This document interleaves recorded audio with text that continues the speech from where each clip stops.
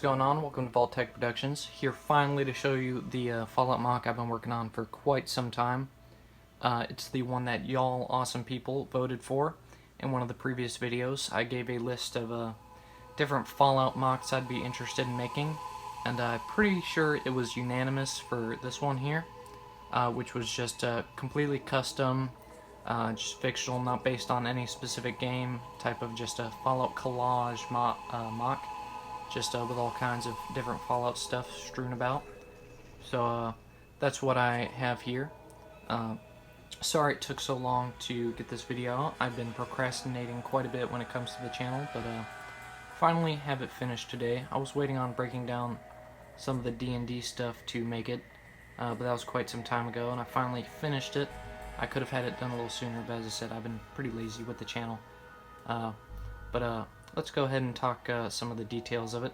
So the premise I had even before I started making it was to focus on kind of like this underground section with a cave system on the left here, and then a bunker on the right. And those are connected. If you saw there's a door in there, which is actually a sliding door. And one of the main things I wanted to do with this mock was to really push myself to make the best mock I possibly could, and so I did some new things for this one. I'm sure you saw the iBot moving along in the background. He is over there right now, but I ordered some powered up functions stuff to have some movement in this mock. I've never done that sort of thing before, and I'm pretty happy with how it came out. And yeah, so I've just tried to make the best mock I can here, and tried to do lots of new things. So we'll go ahead and start deep diving into the top surface here. Alright, so here on the surface, on the left, we have a Supermune camp. I didn't really know originally what I wanted to do for the surface. I was mostly focused on the underground part, but I knew I wanted a building over here above the bunker, and that ladder in the bunker. Also, there's a hatch there. So those are actually connected, and the cave and the bunker is also connected by this sliding door here. But I'll be getting into that stuff later. For the Supermune camp, I think it came out pretty well. I really like this car that's like propped up sideways to be one of the walls of their camp. Then they also have like a little crappy wooden barricade. And this one I really like. It's very apocalyptic, just kind of a bunch of signs and stuff cobbled together to make a barricade. Of course, I got the gore bags, because it's not a Supermune location without gore bags. Oh, I did move the Supermune chef. I gave him a chef's hat because I thought it was kind of funny. But he's was butchering this guy here and making some human stew for the rest of the mutants. And originally I was just going to have them all chilling at their campsite, but I decided at the last second I wanted some action. So I added some raiders here, having somewhat of a little turf war. And I think originally he was like running outside to like go around to fight them, since he's just got that knife. But I also did the Supermune bed here, which I hadn't done before. I'm pretty sure that's a Fallout 4 thing. The Supermune sleeping on tires.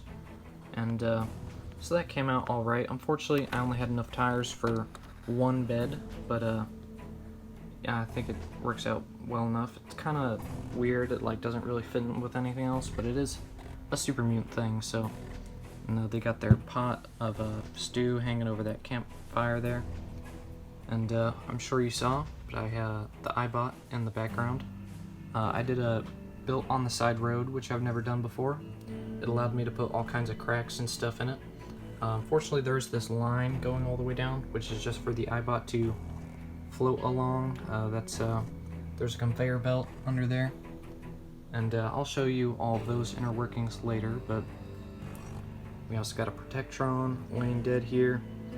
The inside of the building's got a little bit of furniture, but it's all ransacked and hole blown in the side and stuff.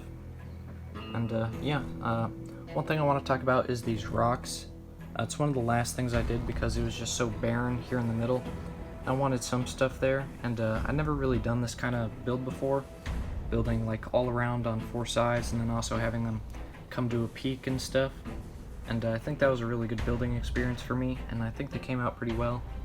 Unfortunately, I didn't have all the parts to really do those like I wanted, but I think they came out pretty well, and that's definitely a good helping tool for me to just learn some new techniques and figure some stuff out. But yeah, for the underground part, the roof sections are modular. I'm sure you can like see them not quite fitting in properly. I'm not sure why why there's some warping and stuff, but once we go and take a look at the bottom, I will lift the tops up to give you a better look. And yeah, so just showing you some more of this stuff. Got some nice printed parts here and there. These raiders, this one's getting blown up by that missile at the moment. And so yeah, I reused some of my cars because I just like them and I don't destroy them. I'll just reuse them like forever probably. And so yeah, let's go ahead and take a look at the underground section. Here is the first section. I just wanted to show you that.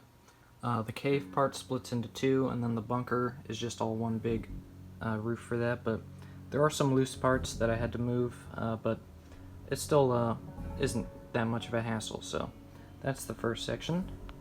Then the second one, just like that. Alright, I guess we'll do the cave first. Let me just put these to the side. Alright, so the idea is like during the Fallout and all that, there was some people who went down here to camp and try and live in the caves to escape the radiation and stuff. But unfortunately, they chose a cave that was a toxic dump site. So we got some radioactive barrels with some pouring some goop into this hole here. And yeah, they all turned to ghouls at some point and have been snacking on anyone foolish enough to come down here. I really like this tent piece. It's an actual Lego piece. I really like this color one. It was classic Indiana Jones set or something like that I had way back in the day, but there's not really too much going on down here, just some stuff strewn about. For me, it was really just about getting this little radioactive pool there. I thought was a super Fallout thing that I had to include. And yeah, we have the bunker door here, which I tried to make as accurate as possible to kind of what they look like in the game with these lights on the side. And that does slide open like that. And yeah, I really like how that works out and just how all that looks. But now to get into this bunker here, just lift this off here.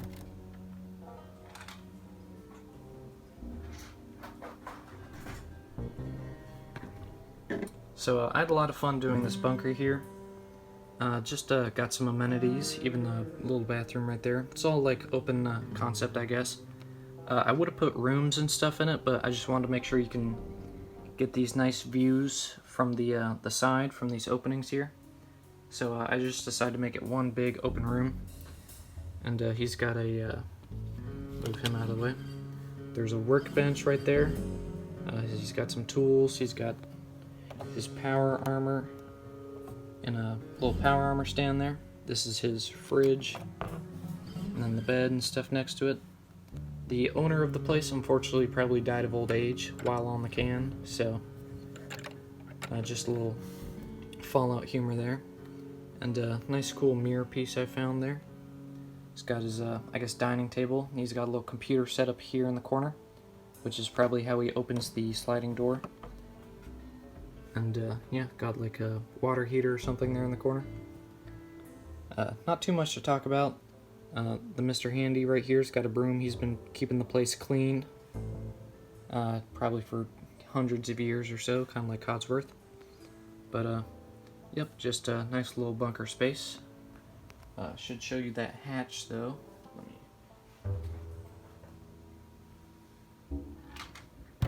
So here's the top part of that. I don't know how easily I'm going to be able to show this, but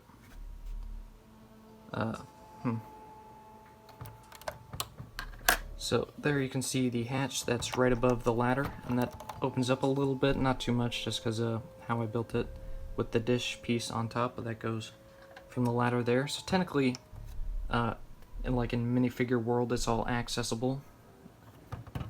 And so yeah, I think all that came out pretty well. So for the iBot moving along this road strip here, I do have to pull some parts off to show all that. I have some of the like desert spilling out onto the road, but the road can pop off pretty easily like that.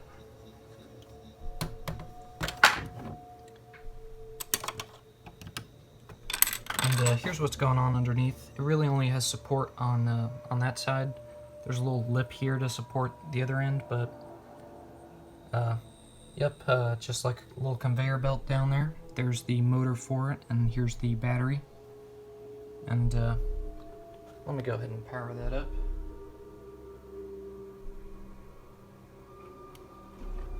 I gotta move it pretty slow right now, but oops, something's not going right.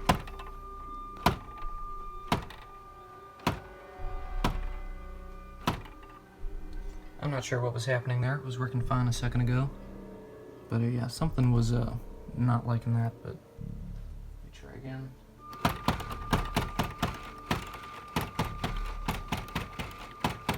Sorry, I think I must have gotten a piece stuck in it somewhere. That's really weird. But yeah, I've never really done that sort of thing before.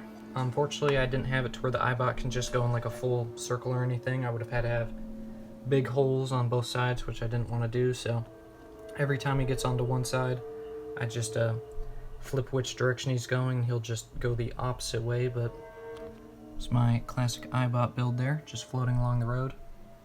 And yeah, I don't think there's too much else to talk about. Really like this Moc. Oh, and the new Lego Star Wars game did come out while I was making this, so I did hide a little mini kit in a little cave over here on this side. So that was fun. And yeah, guess that will do it for this video. Thank you all so much for watching, and can't wait to see you on the next one.